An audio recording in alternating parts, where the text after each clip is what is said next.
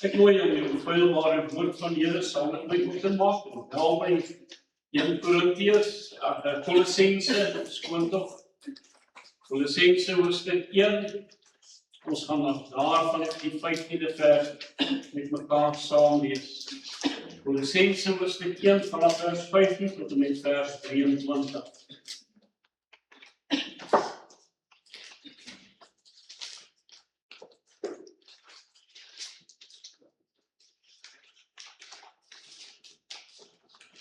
Ek lees vir die voor Kolossense hoofstuk 1 vanaf vers 15 tot met vers 23.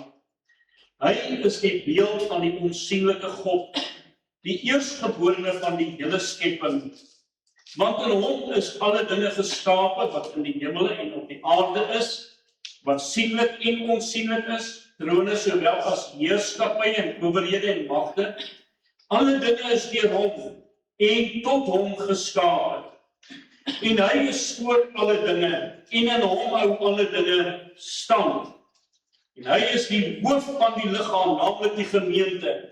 Hy wat die begin is, die eerstgeborene uit die dode, sodat hy in alles die eerste kan wees. Want dit het die Vader behaag, dat in hom die ganse volheid sou woon, en dat hy deur hom alles met homself sou versoen. Nadat hy vrede gemaak het, deur die bloed van sy kruis, ek sê deur hom, die dinge op die aarde, sowel as die dinge in die hemele. Ook julle wat vroeër vervreemd was en vyandig gesind deur die bose werke, het hy nou versoen in die liggaam van die vlees deur die dood, om julle heilig en sonder gebrek en onberispelik voor hom te stel.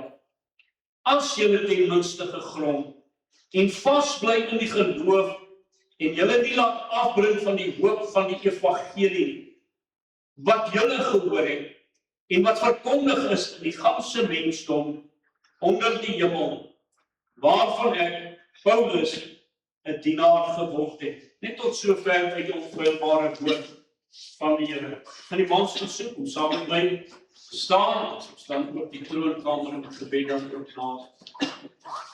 Hemelse Vader, ons eer U vir die voorreg om U ons Vader te kan noem. En dat ons Jesus Christus, ons verlosser en ons saligmaker kan. Die Heilige Gees wat U uitgestort het as trooster, as die ene wat elke ene van sonde oortuig, wat van geregtigheid oortuig, van komende oordeling. Dankie vir U self. En dat ons deel kan hê aan die Godheid, wanneer ons dan ook die getuienis in ons harte dra, dat ons waarlik weergebore is. Here, wanneer ons by hierdie geleentheid dan ook vanoggend by mekaar kom, dan wil ons vir U baie dankie sê, dat ons in U teenwoordigheid mag verkeer, in U heiligheid. Ja, Here, ons sit met 'n sielevyand, wat dit alles wil keer en verhoed. En ek kom bid, Here, dat U die mag van die bose sal verbreek, sodat ons vanoggend die woord, die stem van God mag hoor. Kom praat U met ons, staan U by ons stil. Here, dat die Gees van God in ons hart en ons lewens mag spreek. Dankie dat ons die gemeente aktiwiteit aan U kan opdra. U ken dit alles. U het gehoor in die afkondigings, U weet dit al. Here, U sê U ken ons gedagtes voordat ons nog dit bedink. Daarom bid ons, Here, in elke opsig, siekes, hulle wat nie welgesteld of wat ongesteld is, dat U vir hulle sal aanraak. Staan by hulle stil, te soek vir hulle. Ook die res van ons gemeente, Here, vir hulle wat hier is, wat nie deel kan hê aan vanoggend se woord, erediens, dan ook die wonderlike geleentheid, as U sê dat ons die nagmaal moet vier tot en met U dood. Here, kom bid ek dat U ook met hulle sal wees, dat die krag ook van dit wat ons sal geniet tydens die nagmaal geleentheid, te weet julle, dit is tot ons verlossing en versoening, maar ook tot genesing, besonder vir hulle wat siek is, en wat nie volgende keer kan lees. Staan nie by ons stil, dat U naam ook verheerlik sal word in ons midde, waar die woord oor die lengte en die breedte van die land uitgaan, dat ek dat U die manne en vroue sal salf en sal toerus en gebruik as kragtige instrumente, sodat die evangelie die skade mag lei, maar die evangelie op aarde bevorder mag word. Here, help vir ons in die bevordering van U evangelie woord, dat die naam groot gemaak en geheilig sal word onder ons. Dankie dat ons dit kan bid en ons weet U woord vir ons. Amen.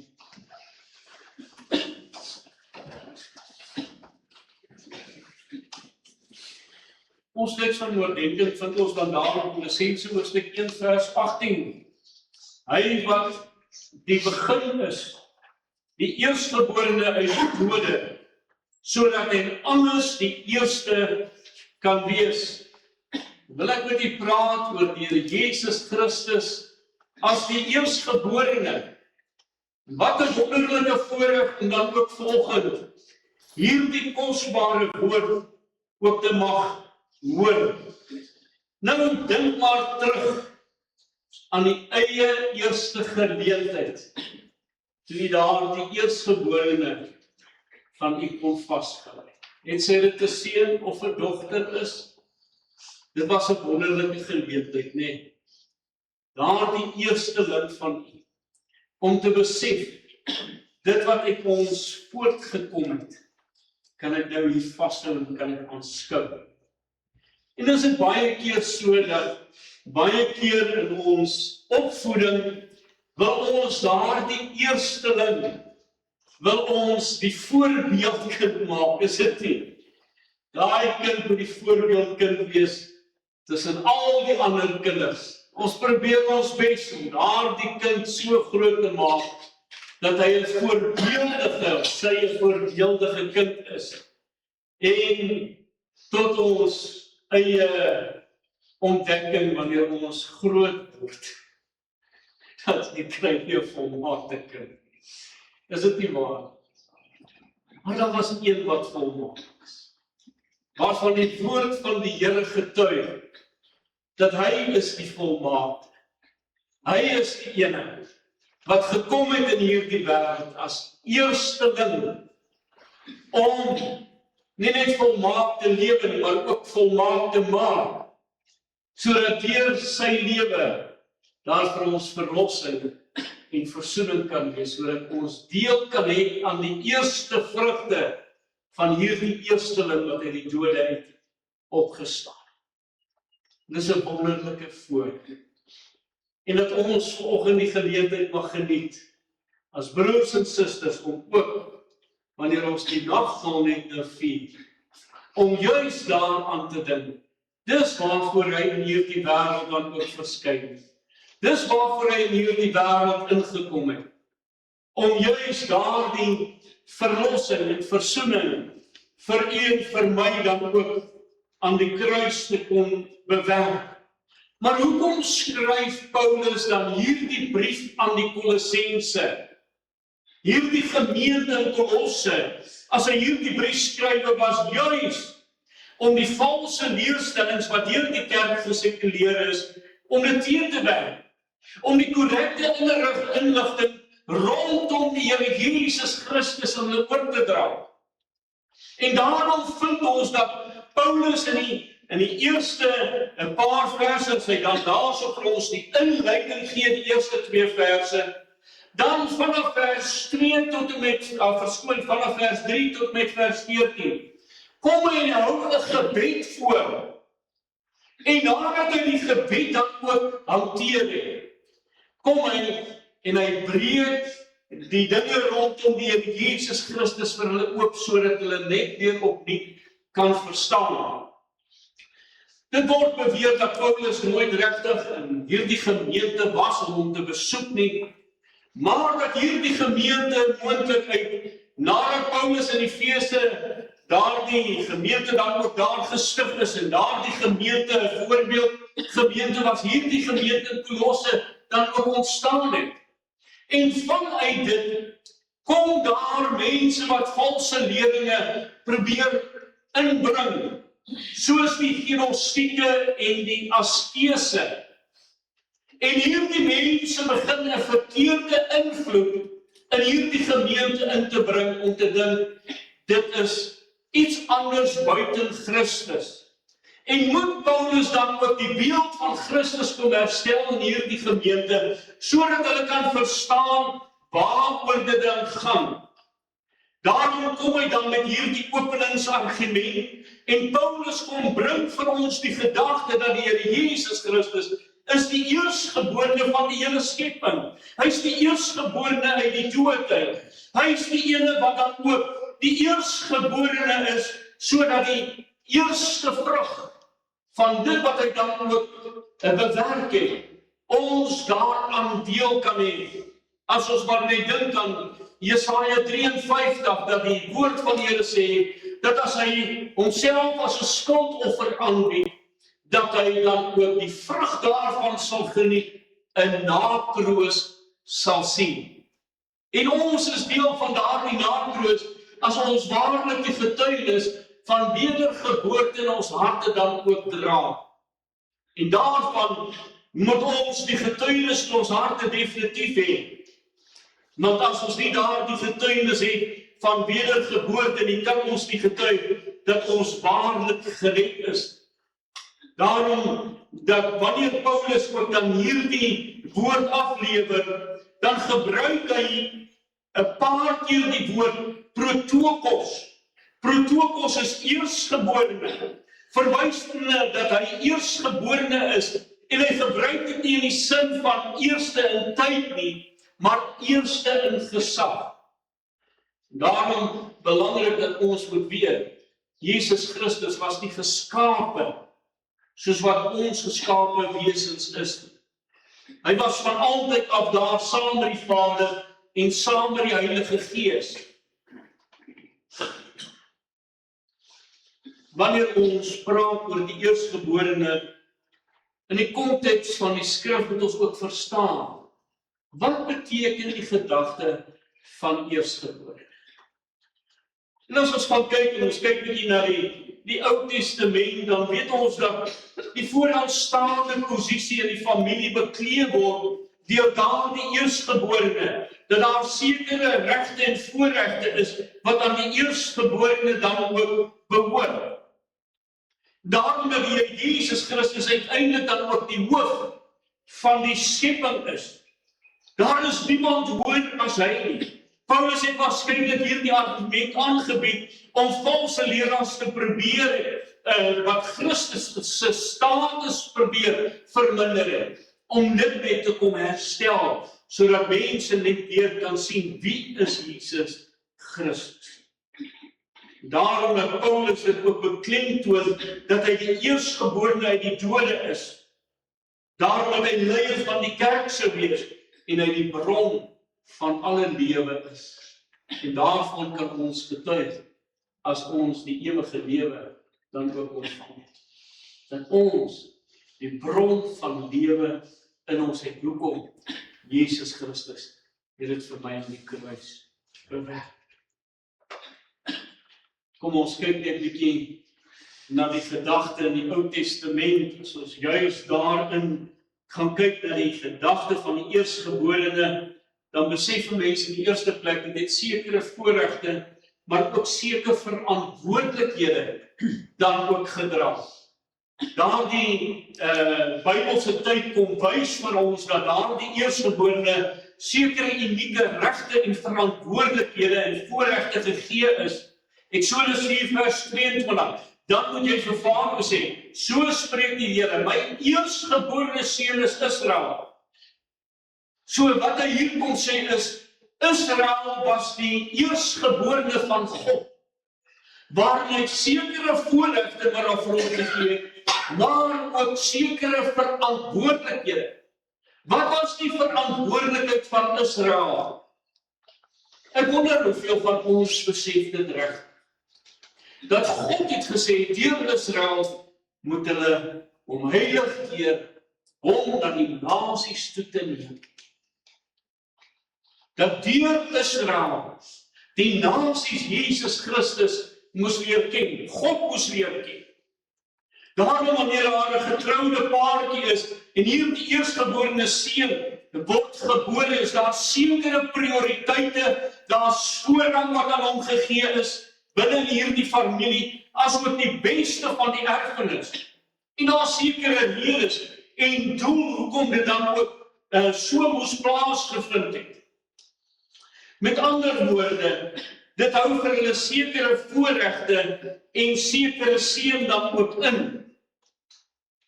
In die antieke kultuur was dit ook dan so dat die kulture het groot waarde aan die oudste seun geheg, deur vir hom besondere voordele en verpligtinge dan ook toe te reken. Genesis 49:3. Ruben, jy is my eerstgeborene, my krag en die eersteling van my sterkte, die vernaamste in hoogheid en die vernaamste in mag. So wanneer daar die eerstgeborene dan ook so voorgehou word aan ons, dan sien ons dat die Here vir ons ook hier kom wys, wanneer daar die moederskoot geopen word, dat daar sekere voorregte aan hierdie man gegee word, maar dat hierdie eerstgeborene, hierdie hooferfgenaam, dra die naam van die familie. Ek weet dit het in ons tyd baie verander, maar in Bybelse tyd het dit die familie se naam gedra. So, wanneer dit ook vir ons kom sê word, dat ek Christen is, dra ek die naam van die Here Jesus Christus as weergeborene. En in daardie tyd as eerstgeborene, wou jy die naam van jou vader, wou jy nie oneer nie. Maar jy weet dat die naam van die Vader het jy hoog gemaak. Jy wou sy naam hoog gehou het hier op aarde. En as dit so 'n klein ding was hier op aarde, hoeveel te meer nie vir ons as kinders van die Here, om God se naam groot te maak en hom te eer hier op aarde. Daarom, wanneer die eerstgeboorte reg aan daardie kind ook gegee word, het hy daardie huishoudelike eiendom en leierskap van daardie gesin, het hy op sy skouers gedra, wanneer die vader onbekwaam was om aan te gaan met sy verantwoordelikhede, het sy dit miskien deur 'n siekte is, of dat die vader miskien afsterwe, of vir 'n tyd lank nie daar kon gewees het, in sy afwesigheid, was dit die verantwoordelikheid van die eerstgeborene, om dan daardie gesin se verantwoordelikheid op sy skouers te dra. Is dit nie wat Jesus Christus kom doen het? Toe hy ons deel kom maak het van die gemeente van sy kerk, die Ekklesia nie, het hy die verantwoordelikheid gevat op hom, om ons deel te maak van hom, en daardeur die voorsiening en versorging, wat aan hom toevertrou is, wat hy ook dan ook vereer vir my, ook bied vandag. In die Ou Testament, as 'n mens daarna gaan kyk, was die eerstgeborene as ook wanneer dit by die diere gekom het. En hier is my 'n kosbare gedagte wat hier uit na vore kom, wat weer eens na die tafel vanoggend verwys.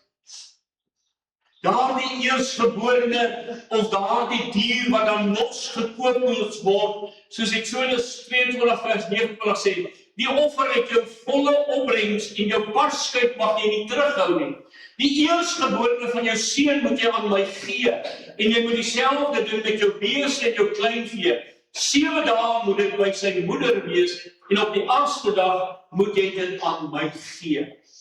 Dis 'n tipe van 'n toewyding wat dan ook hierso plaasvind. Daardie manlike eerstgeborene wat aan God moes gewy word. En wanneer 'n mens dan ook gaan sien, toe daardie volk Israel daar in die wildernis dan ook rondbeweeg het die Here dan ook gesê dat daardie kinders, daardie eerstgeborenes losgekoop moes word met 'n sikkel. Het jy dit al so gelees in die Bybel?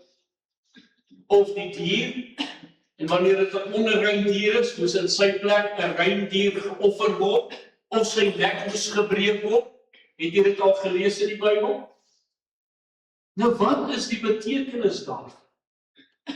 Dit vat ons terug na Egipte toe.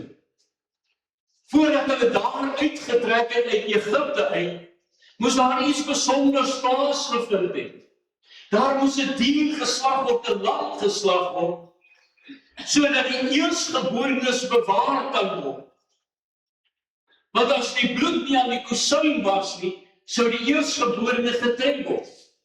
Het sy dit in Israel se groep mense was of onder die Egiptenare, sou presies dieselfde dan ook plaasgevind het. Maar deur die genade het die eerstgeborenes van Israel was onder die bloed gewees. En hulle was losgekoop deur die bloed van die Here Jesus Christus. Want as hulle nie deur die bloed van daardie lam losgekoop was nie, sou hulle gesterf het. Wat sê die woord van die Here? As ek verbygaan en die bloed sien, sal ek die doodsengel laat verbygaan.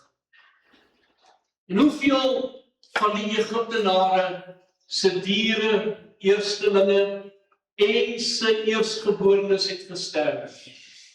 Die Bybel sê almal van ons. As die pa eerstgeborene was in die huis, en het die eerstgeborene seun gehad, was daar 2 wat in daardie huis sou gesterf. Maar die Israeliete was losgekoop deur die bloed van die Here Jesus Christus. En wat 'n wonderlike voorreg om te weet dat Jesus het u en my losgekoop deur sy kosbare bloed. As die woord van die Here daarvan getuig in 1 Petrus 1 vers 18 en vers 9, asof deur 'n lam wat geslag is. En ons vier dit vanoggend, wanneer ons die nagmaal vier, dat Jesus Christus wat die eerstgeborene geword het vir ons daardie lam kom word. Ons is losgekoop deur die bloed van Jesus Christus. Die prys is betaal deur Jesus. Daardie diere moes ook losgekoop word. Soos ek gesê het, daardie ruimdiere van die eerstgeborene moes daar aan God 'n offer gebring word. So, ek wil vir u vra, die ander betekenis van die eerstgeborene. Ek wonder hoeveel van u sal dit vir my kan sê. Is jou beste. Jou beste. Ek vra vanoggend vir u. Gee u beste vir die Here. Kan u eerlik voor God antwoord dat u beste vir die Here gee. Daar die eerste was daar die persoon se beste. Die tweede of die derde. Het was 'n ware verhaal van 'n sendeling wat daar by die Gangesrivier gestaan het. Daar kom 'n vroutjie daar by die Gangesrivier, 'n leervroukie, een gebreklike kind, een volmaakte kind. Aan die onderkant van daardie rivier, die krokodille. En hy sien hoe daardie vroutjie vat, daardie kind, die volmaakte ene. Sy gooi hom daar in daardie rivier.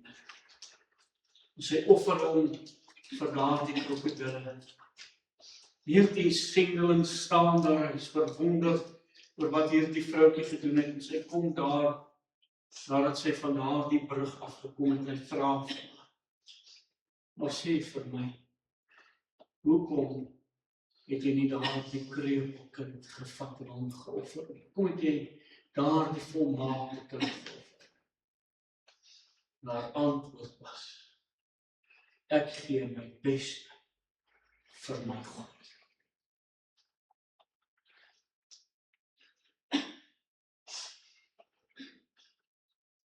Gee u beste vir die Here. Hy het sy beste vir u en vir my gegee. Sy een gebore seun, wat hy gegee het, omdat hy vir jou en vir my so lief was. Dat hy bereid was om hom te offer vir u en vir my aan die kruis. om hom te offer dat hy naak aan 'n kruis moes gaan hang het, ten aanskoue van die wêreld. Dat God 'n sluier oor hom moes getrek het van duisternis, sodat die wêreld hom nie op daardie wyse kan aanskou nie. God het sy beste vir u gegee. Wat gee u vanoggend vir hom? Gee u beste vir die Here? Hierdie simboliese dae het na die Pasga verwys, juis die instelling van die brood, waar Jesus Christus se liggaam gebreek is, en daardie dier wat hulle dan daarso moes geslag het, waarvan hulle moes geëet het. Dit beteken dat dit deel van hulle geword het. Jesus Christus moet deel van my word. Deur wedergeboorte word hy deel van my. Daardie eersgeboortereg kon verkoop word.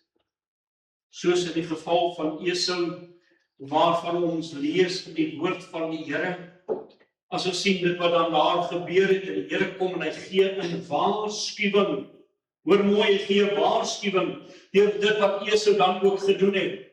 Laat niemand 'n hoereerder wees nie, of 'n onheilige soos Esau, wat vir een spysgereg sy eersgeboortereg verkoop het. Want julle weet dat hy ook later die seun wou beerwe, verwerp is, want hy het geen geleentheid vir berou gevind nie, al het hy dit met trane vurig begeer. Wat het gebeur? Hy het te ligtelik geag, wat hierdie eersgeboortereg dan ook behels het, om die seën daarvan te ontvang, maar ook die verantwoordelikheid, wanneer die ouer, die moeder, die suster wat oorbly in die huis, versorg moet word deur daardie eersgebore. Dit is hoekom hy dan ook 'n dubbele seën ontvang het, 'n dubbele deel. Hy wil nie daardie verantwoordelikheid nakom nie. Wat beteken dit vir my as ek sterwe?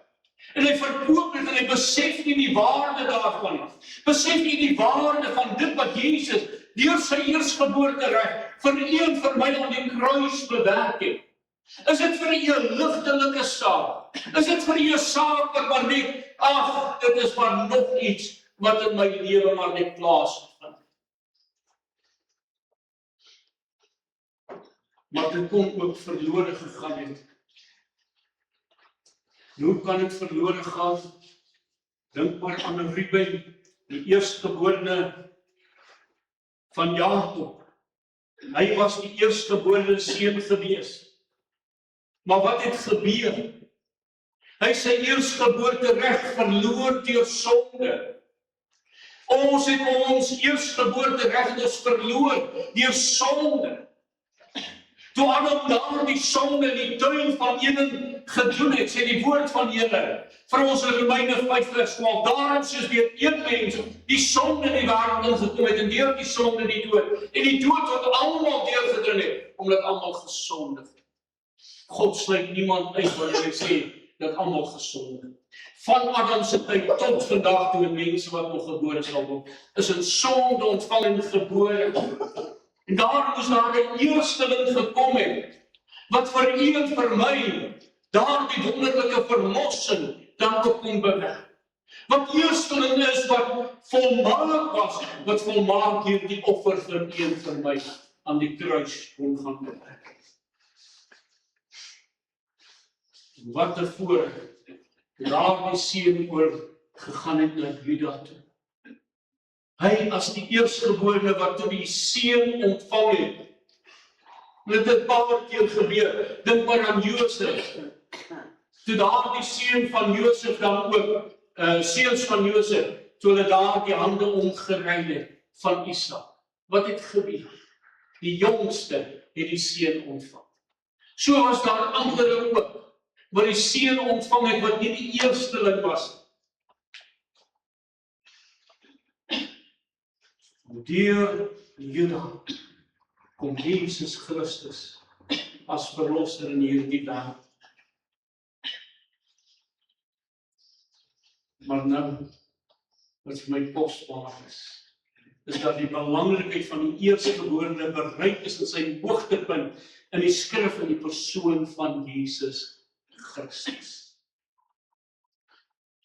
Alle voorgaande implikasies van die eerstgeborene se rol in die Bybel dien om Christus se voorrang oor die hele skepping in die familie van God te verrig. En dis hierdie saak wat Paulus dan ook hier in Kolossense 1 kom uitlig, as hy dan ook vir ons nou dit kom sê. Hy is die beeld van die onsigbare God, die eerstgeborene van die hele skepping, vers 18, en hy is die hoof van die liggaam, naamlik die gemeente. Hy wat die begin is, die eerstgeborene uit die dode, sodat in alles die eerste kan wees. Sien jy wat se kosbare gedagte Paulus eintlik met hierdie gemeente kom deel? Maar die Here vanoggend met u en my dan ook wil kom deel. As hy dan hier in die Nuwe Testament dan daar die beskrywing van die Here Jesus Christus gee as die eerstgeborene. Hy word verskeie kere as die eersteling dan ook beskryf of aan hom dan daardie titel gegee. Hy is die eerstgeborene van Maria. Hy is volgens die wet is hy toegewy. Die eerste dag het hom gevat en hom toegewy. In die liggaam van die Here Jesus Christus, toe hy daar aan die kruis vir een vir my gesterf het, en daar die dood ook vir een vir my gesterf het. Soos wat hy sê in Romeine 8 vers 29, het hy daar die eersteling vir een vir my geword. Hy is eersteling oor die hele skepping, Kolossense 1 vers 15. Hy is erfgenaam van alle dinge, Hebreërs 1 vers 2 en vers 6. Die Here Jesus Christus het daar die titel met waardigheid gedra. Hierdie gebruik van hierdie titel, eerstgeborene vir Christus, kom deur in die psalms, in Psalm 89 vers 27 tot 29, as God daar aan koning Dawid sê, ja, ek sal my eerstgeborene maak, die hoogste onder die konings van die aarde. Ons sing dit, hy is Heer van die Here, koning van die konings. Vir ewig sal ek my goeie tierenheid vir hom bewaar en my verbond bly vir hom vas.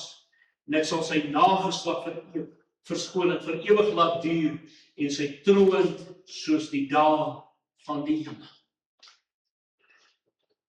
Het Jesus hierdie gesag gekry? Beslis. Hoekom?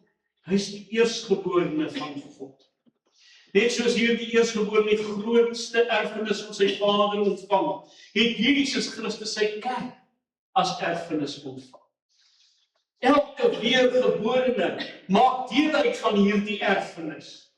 En daarom kan hy hierdie erfenis van die ewige lewe, die hemelse heerlikheid, ook met u en my deel vanoggend. God sê van sy seun, vra net en ek sal julle nasies vir julle as erfenis gee. Die hele aarde as julle besit. Vra van my.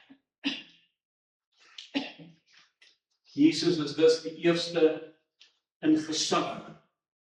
Hierdie terme eerstgeborene in hierdie verband wys vir ons baie duidelik dat Jesus Christus is nie geskape nie, maar dat hy eerste staan in gesag, nie eerste in tyd. Die Seun van God, soos ek reeds vir u gesê, is van ewigheid saam met die Vader en die Heilige Gees. Jesus is volmaak God, Johannes 1 vers 1 tot 3. Maar ook hierdie wonderlike voorreg. Jesus Christus is ons verlosser.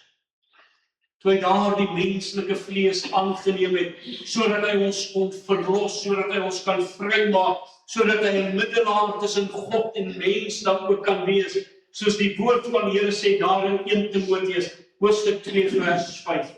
Want daar is een God en een middelaar tussen God en die mens Christus Jesus. Hy het 'n versoening geword vir een vir my sondes, sodat ons die sondes kan afsterwe en vir die geregtigheid lewe. Wanneer die skrif na Jesus Christus as die eersteling verwys, is die boodskap dat Christus se oppergesag, soewereiniteit, sy prioriteit oor alle dinge en alle wesens strek.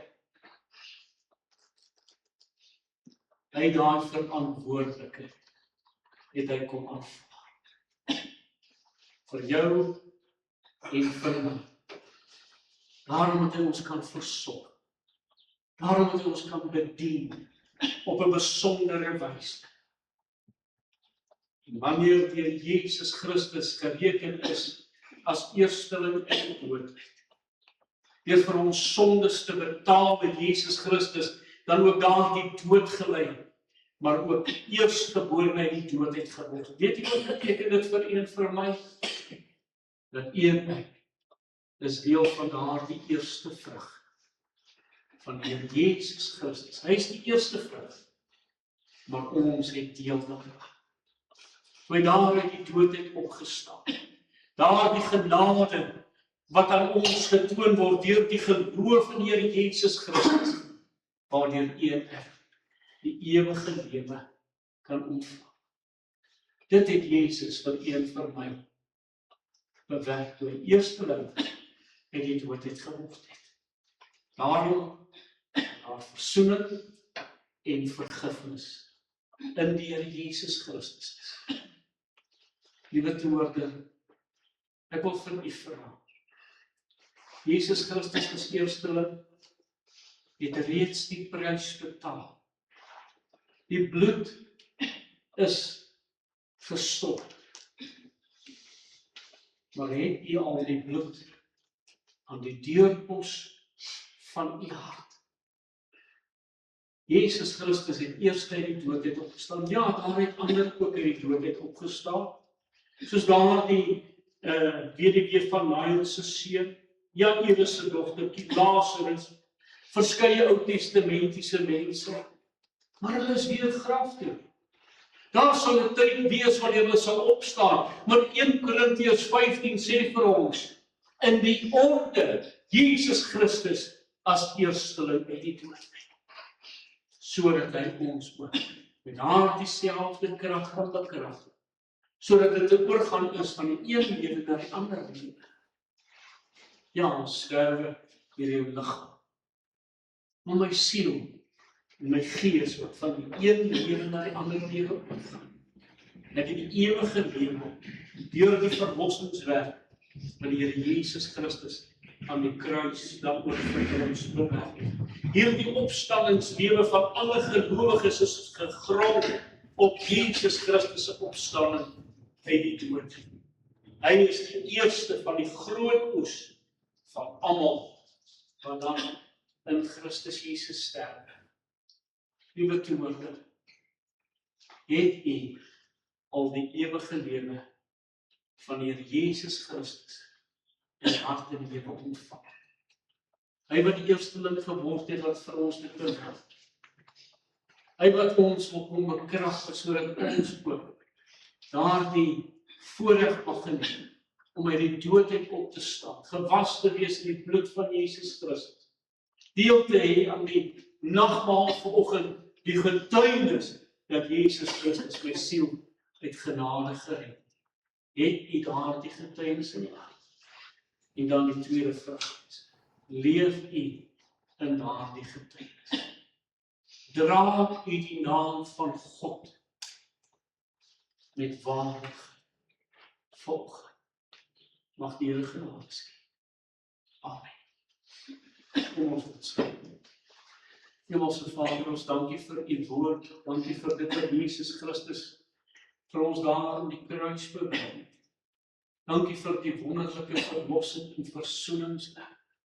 Dankie dat ons daarvan kan getuig, dat u ons siel uit genade gered het. Here, dat ons vanoggend die wonderlike voorreg mag geniet, 'n kind van God genoem word. Maar bid ek, Here, miskien is hier iemand vanoggend wat nie daardie getuienis in hulle hart het. Iemand wat miskien dit verbeur. Iemand wat vanoggend maar ook om getuig en sê, Here, ek het op hierdie stadium met mevrou bordjie lensie sop, wat ek het kon verry. Ek sien die erns vanoggend raak. Ek kom na die kruis, ek kom lê my lewe voor U neer. Here, dat U genade sal skenk, en so kosbare sê, en dat U ook verheerlik sal word in ons lewens. Ons as kinders van die Here, help vir ons, om Here hierdie saak met waardigheid te dra. Die naam van God, dat ons dit met waardigheid sal dra, en word verheerlik in ons lewens. Kom seën ook nou hierdie geleentheid, as ons dan ook hierdie nagmaaltafel sal gebruik en aansit volgens, dat U ook daarin geëer sal word. Amen.